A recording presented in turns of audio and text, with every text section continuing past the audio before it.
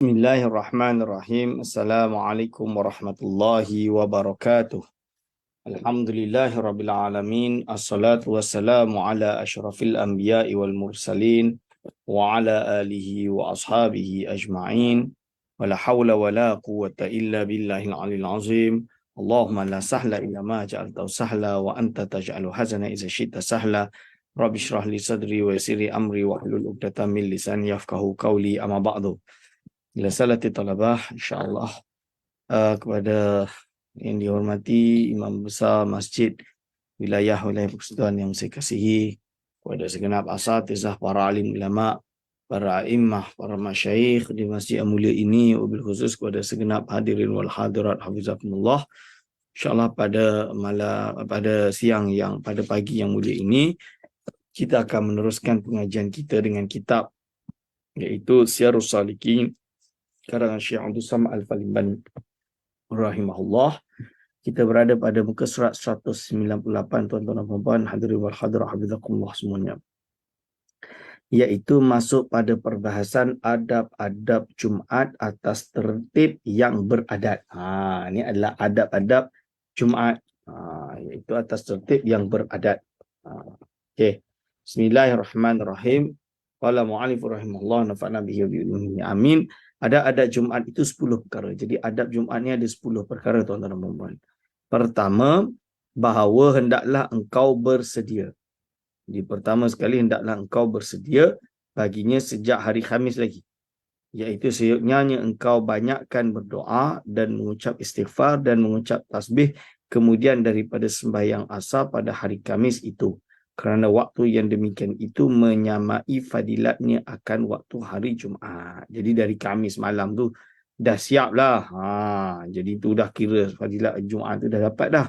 Sebab tu kita dah biasa dekat masjid-masjid di Malaysia ni, terutama kat Kuala Lumpur, Selangor ni, Khamis malam Jumaat baca Yasin. Kenapa Yasin? Boleh je nak tukar yang lain. Tapi kita Yasin dah yang biasa. Yasin lah daripada tak buat sama sekali. Baca tahlil. Dulu bukan hanya tahlil, zikir dan macam-macam, zikir munajat lah apa. Sekarang dah jadi bid'ah semua. Ini. So kita kena hidupkan balik. Tak apa, walaupun Yasin, tahlil, okey lah tu. Upgrade sikit, tambah lagi. Macam tu lah maksud dia. Kan? Hadir wal hadir hafizakumullah.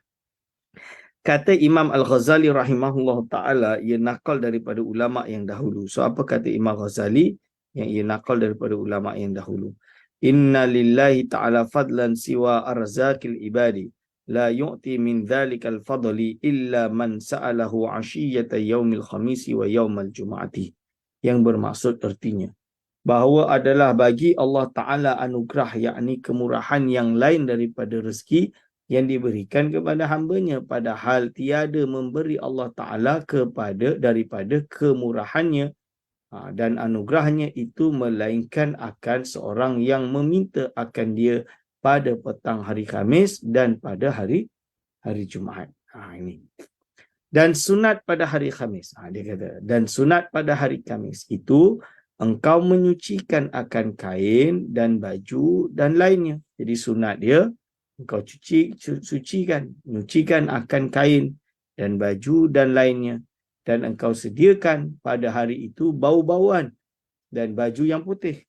Dan hendaklah engkau sediakan pada hari itu akan segala hajatmu yang membimbangkan hatimu pada hari Jumaat itu, supaya selesai hatimu daripada masyghul yang hendak yang menegahkan daripada berpagi-pagi kepada sembahyang Jumaat itu. Hadir wal hadirah hafizakumullah.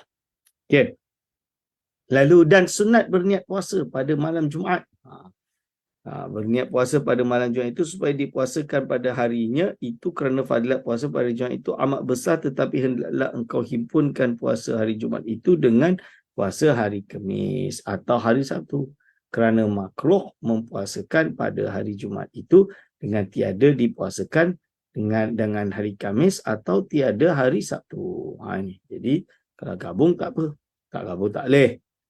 Dan sunat menghidup malam Jumaat itu dengan membanyakkan sembahyang sunat dan mengkhatamkan Quran dan dengan membanyakkan membaca zikir. Sebab itu banyak. Kalau orang-orang tasawuf, terutamanya malam Jumaat, diadakan zikir-zikir khusus. Zikir-zikir apa dia punya zikir mingguan tu diadakan pada malam Jumaat. Dan salawat atas Nabi. Sebab itu ada pondok yang memilih untuk buat maulid. Maulid tu ialah selawat sambil bermaulid dengan ketuk gendang semua tu, untuk tujuan dia apa? Untuk relax sambil dapat ibadah. Mencintai baginda SAW. Itu tujuannya. Dan selawat atas Nabi SAW dengan membanyakkan baca zikir dan selawat atas Nabi SAW. Maka adalah fadilat yang demikian itu amat besar. Jadi fadilat dia apa? Sangat besar. Dan sunat menjima akan isinya. Malam Jumaat disunatkan jima akan isinya pada malam Jumaat itu atau pada harinya kalau ia tidak puasa, kerana sabda Nabi SAW, ayajizu ahadukum ayyujami'a ahlahu fi kulli jumatin fa inna lahu ajrayn isnaini, ajra huslihi wa ajra husli imra'atihi. Yang bermaksud, adakah lemah seorang kamu bahawa menjima isinya pada tiap-tiap malam Jumaat? Maka kerana bahawa adalah baginya dua pahala. Yang ini pertama, pahala ia mandi junub. Kedua, pahala memandikan ia akan isterinya. Sebab kalau dijima, berarti isteri dia pun kena mandi. Jadi ada pahala dia kat situ. Hadirin wal hadirat, hafizakumullah. Ya, kita lihat footnote apa dia tulis kat sini. Apa dia tulis footnote dia? Dia tak buat footnote, dia buat endnote. Jadi kita kena buka. 6 qultu lam yujad bi hadzal lafzi walladhi inda Ahmad. Jadi lafaz tu tak ada, tak jumpa. Tapi yang ada di sisi Imam Ahmad dan juga Ashabis Sunan. Ashabis Sunan berarti ulama-ulama hadis yang sunan tadi, Sunan Tirmizi dan lain-lain.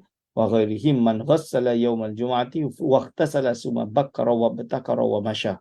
Maka hamalahu ba'dul ulama'i ala hamlil ahli ala al-ghusli wa hamlihu ba'duhum ala ghusli siyabihi.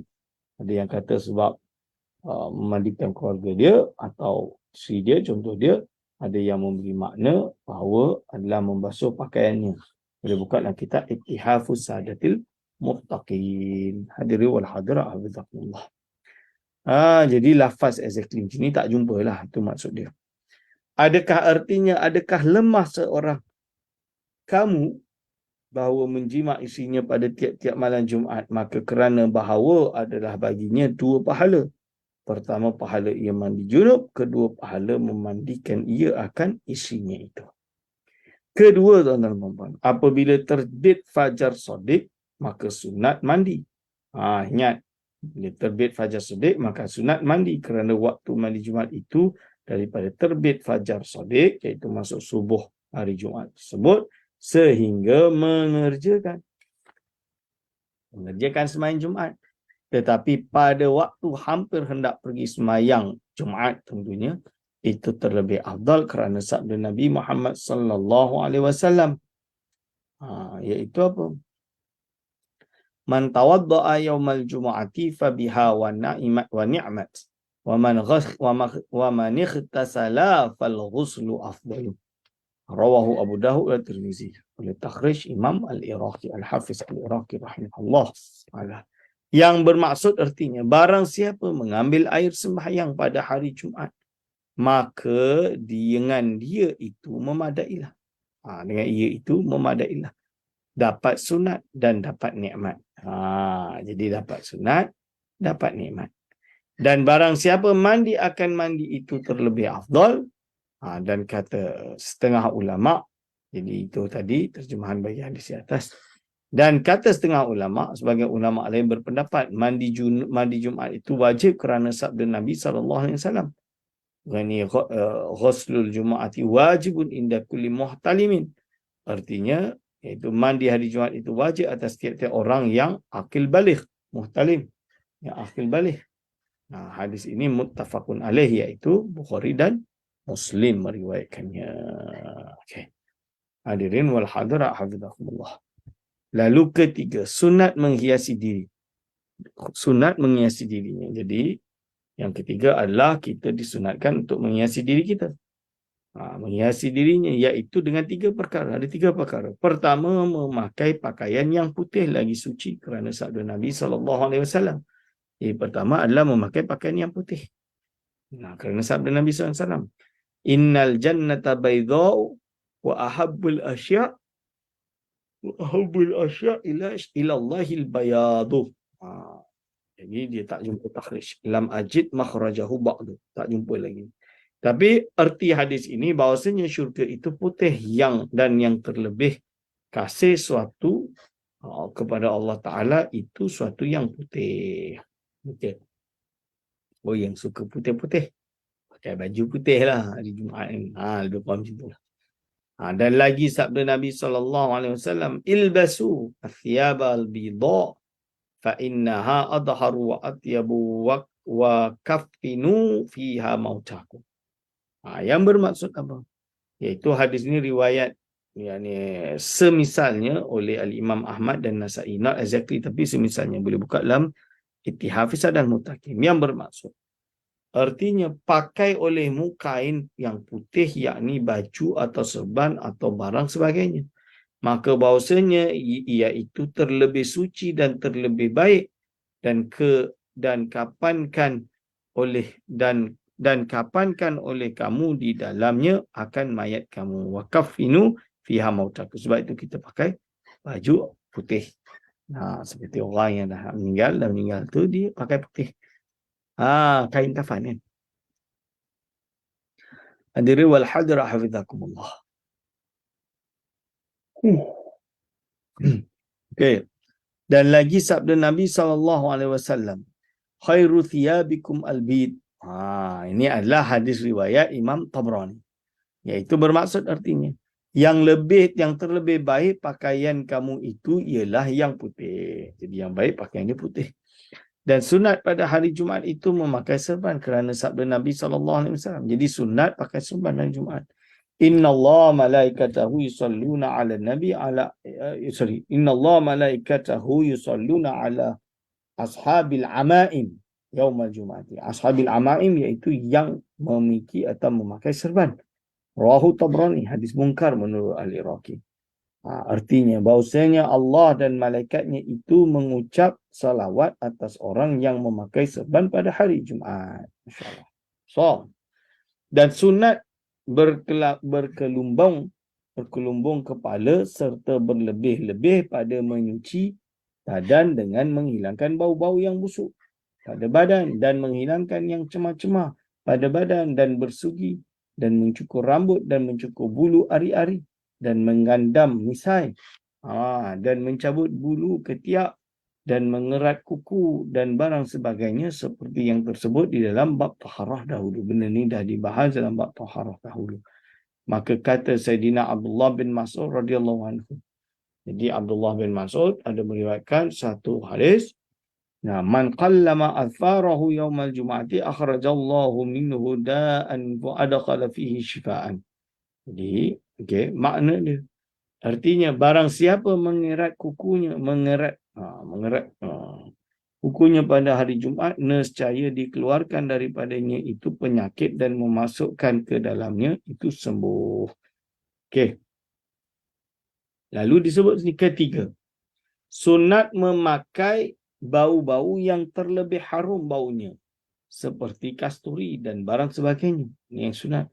Kata Imam Asy-Syafi'i rahimahullah ta'ala. Apa kata Imam Asy-Syafi'i rahimahullah ta'ala? Iaitu man nazufa sawbuhu qalla hammuhu wa man taba rihuhu zada aqluhu. Ini yang bermaksud apa? Artinya barang siapa suci kainnya, nescaya sedikit duka citanya. Kalau suci kainnya, sikitlah duka cita dia. Dan barang siapa baik baunya, nescaya bertambah akalnya. Hadirin wal hadirat hafizakumullah.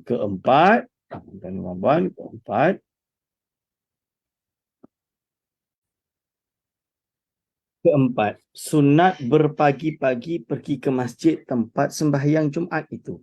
Dan masuk waktunya itu dengan terbit fajar sodik.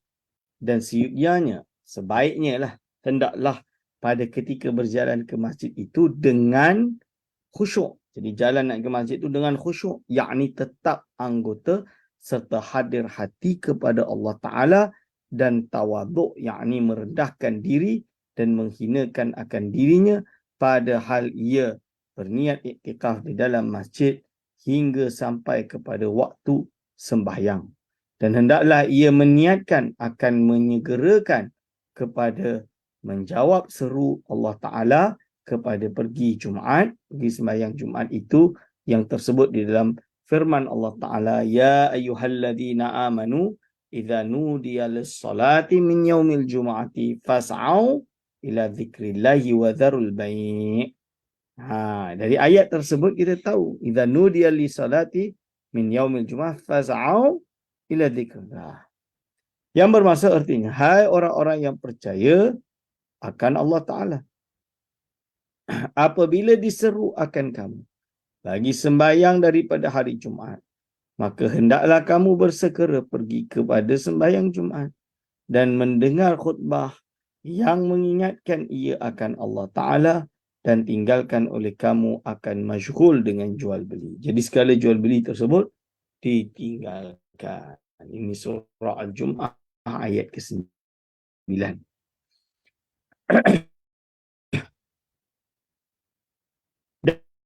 Dan sabda Nabi SAW.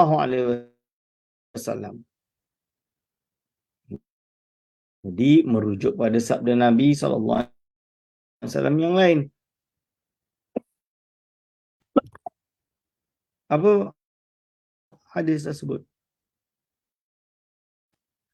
Man raha ila jum'atil fi sa'atil ula faka'annama qarraba badanatan.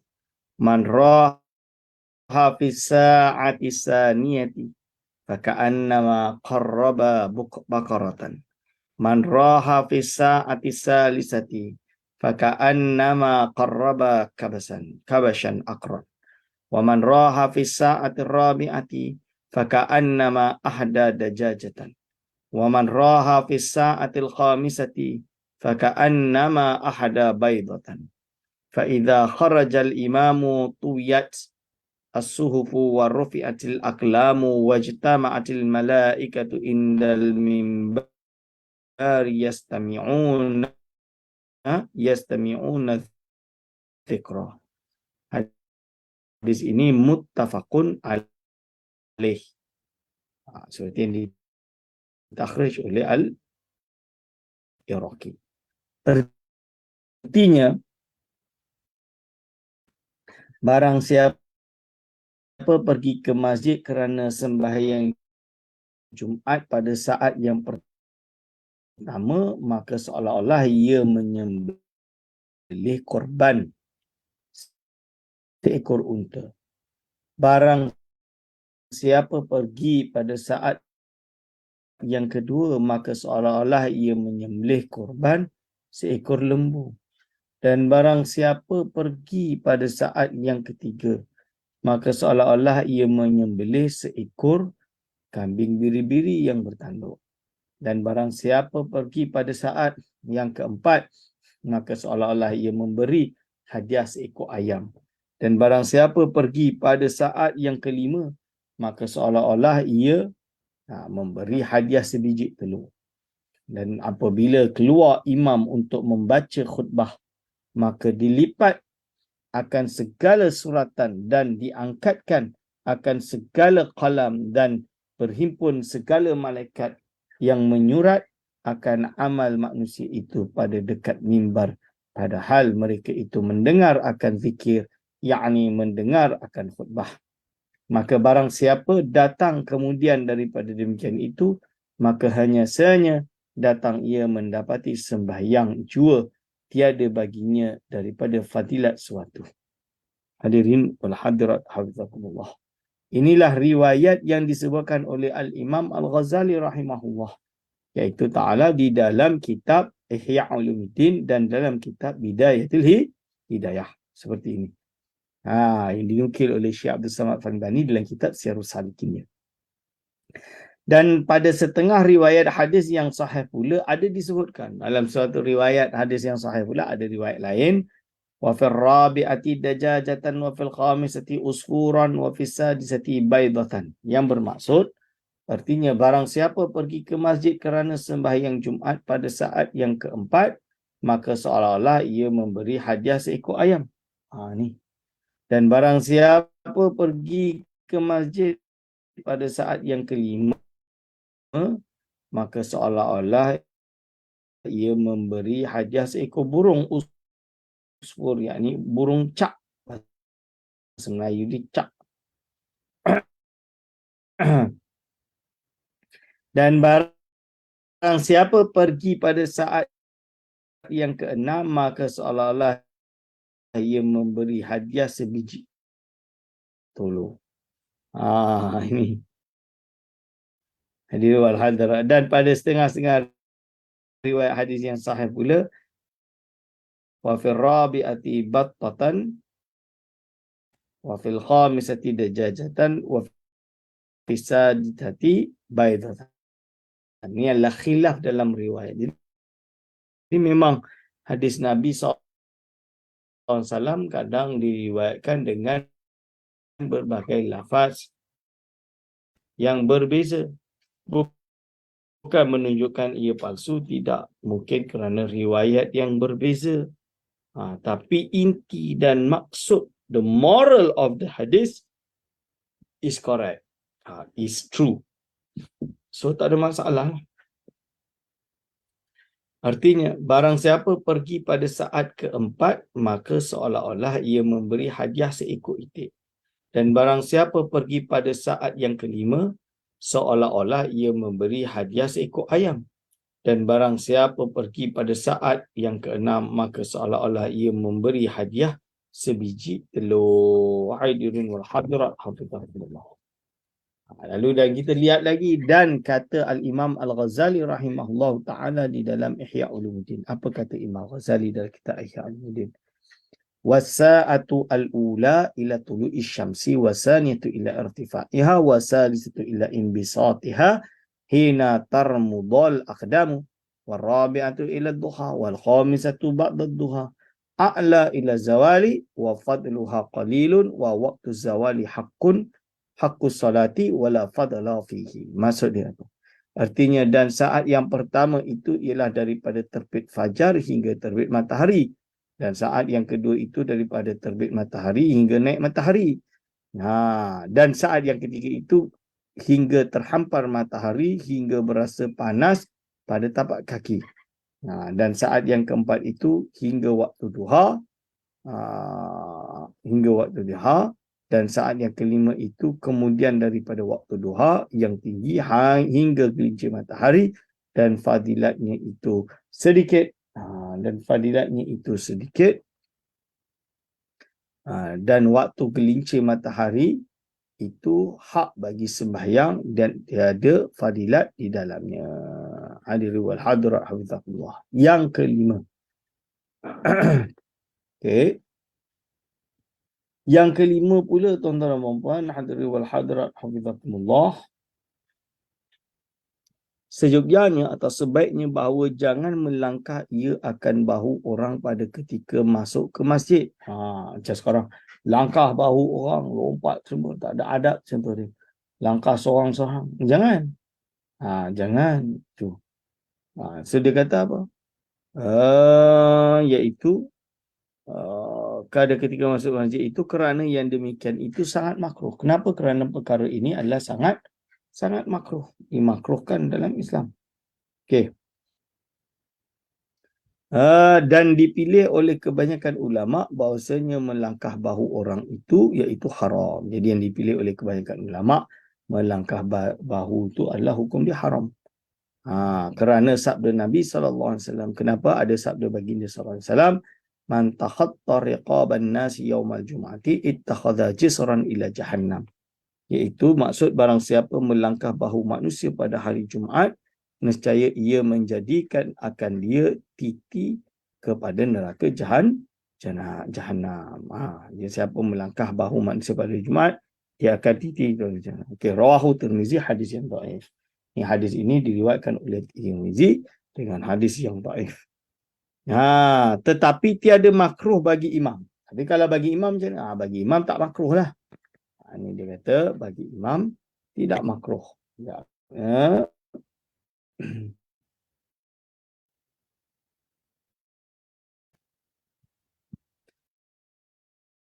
Okey. Tetapi tiada makruh bagi imam jika tiada sampai ia kepada mihrab. Kalau tak sampai kepada mihrab, tak ada makruh. Itu melainkan dengan melangkah bahu manusia itu. Kalau tak boleh nak sampai mihrab, kecuali dia langkah, terpaksa langkahlah. Tak ada masalah. Okey. Dan demikian lagi tiada makruh bagi makmum melangkah bahu manusia itu jika ada pada saf yang di hadapan itu lapang dan tiada ada orang yang menutup akan dia sekira-kira satu saf ke hadapan atau dua saf. Tetapi jika ada tempat yang lapang sekira-kira sampai kepadanya dan tiada melangkah akan manusia, maka aula kepadanya itu jangan melangkah akan manusia itu. Dan demikian lagi tiada makruh melangkah akan orang yang duduk di pintu masjid padahal ada di dalam masjid itu tempat yang lapang. Boleh duduk kat tempat yang lapang, dia pilih untuk duduk dekat pintu masjid. Buat apa? Nak kena langkah lah maksud dia. Lebih kurang macam tu lah. Okay. Adab yang keenam, tuan-tuan dan puan-puan, iaitu haram. Haram lalu pada orang, hadapan orang yang sembahyang. Orang tengah solat lalu kat depan. Apa hukum dia? Haram.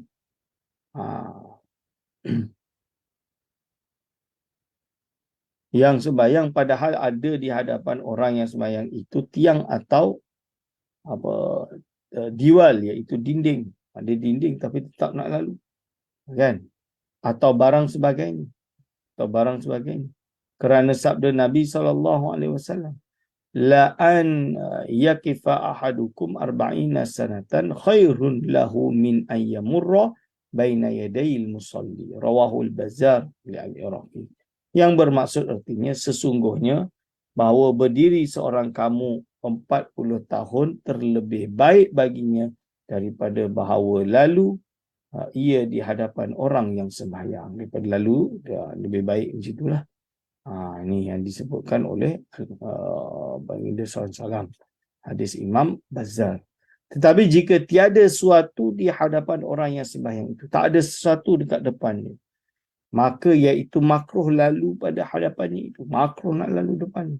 Dan sunat bagi seorang sembahyang itu bahawa duduk ia dekat dengan kepada tiang atau diwal sekira-kira antaranya dan antara kakinya itu 3 hasta atau kurang.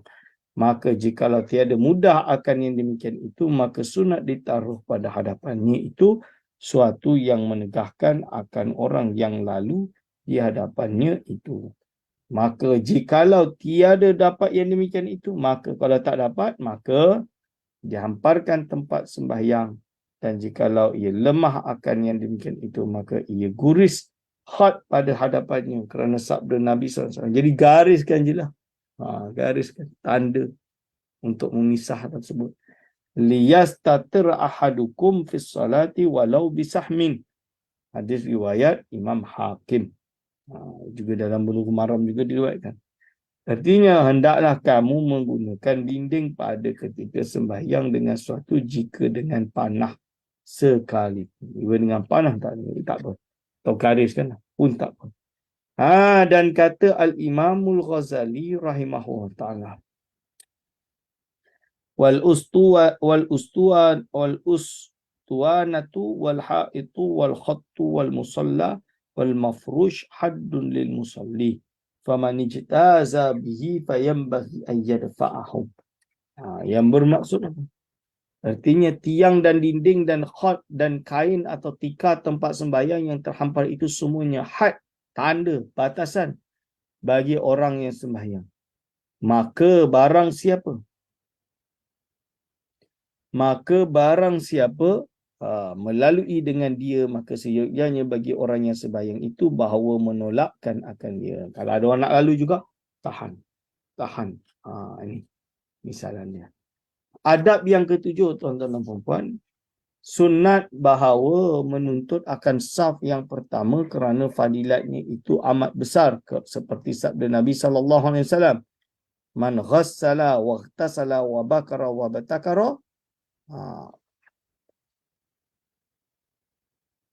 wa batakara wa dana minal imami wastama'a kana lahu dhalika kafaratan lima bainal jumu'ataini wa ziyadata salasati ayyamin, rawahul hakim, seperti ditakhrij oleh Al-Iraqi. Rawahul hakim.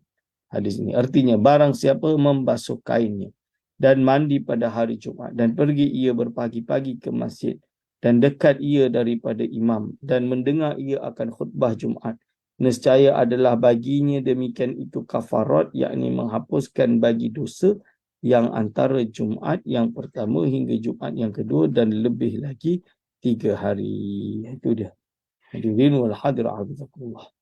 Dan lagi sabda Nabi SAW, thalathun law ya'lamun nasu ma fihinna la raqada al-ibli fi talabihinna al-adhan was-saful awwalu wal-ghuduwu ila al-jumu'ati. Hadis riwahu Abu Syekh wa nahu fi sahihain, dan bersamanya dalam 2 sahih Bukhari dan Muslim. Lalu artinya, 3 perkara jikalau engkau mengetahui oleh manusia barang yang di dalamnya daripada beberapa pahalanya, itu nescaya melarikan dan mengerjakan ia akan untanya dengan lari yang pantas pada menuntut ia akan dia. Pertama, pahala orang yang bang. Kedua, pahala orang yang sembahyang pada saf yang pertama. Ketiga, pahala orang yang berpagi-pagi kepada masjid kerana sembahyang Jumaat. Ini. Hadirin wal hadirat hafizakumullah. Adab yang ke-8.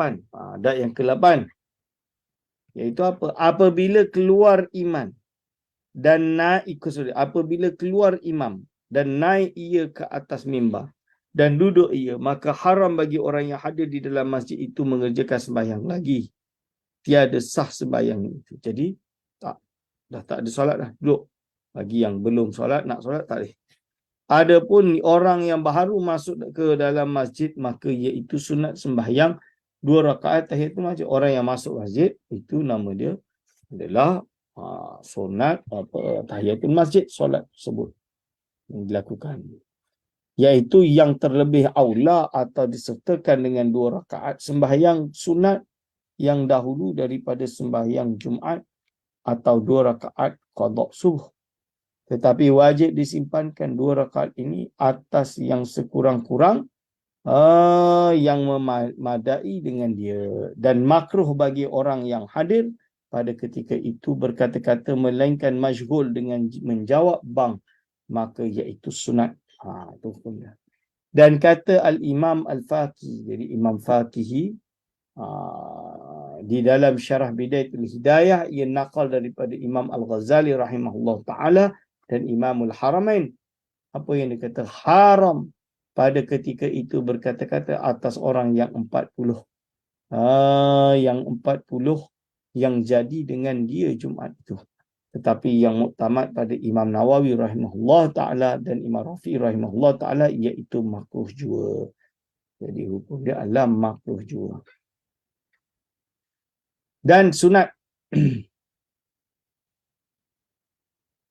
dan sunat mendengarkan akan khatib. Jadi sunat dia didengar akan khatib. Membaca khutbah, yakni jangan bimbang kepada lainnya, melainkan jikalau ada yang jatuh tiada mendengarkan khutbah, maka ketika zikir, ketika itu sunat ia masyghul dengan membaca Al-Quran dan zikir dan membaca selawat ke atas Nabi sallallahu alaihi wasallam. Alhamdulillah wal hadirat hafizakumullah. InsyaAllah adab yang ke-9 kita akan sambung pada bulan hadapan insyaAllah. Segala salah silap saya, aku qauli hadza astaghfirullah li wa lakum Wassalamualaikum warahmatullahi wabarakatuh.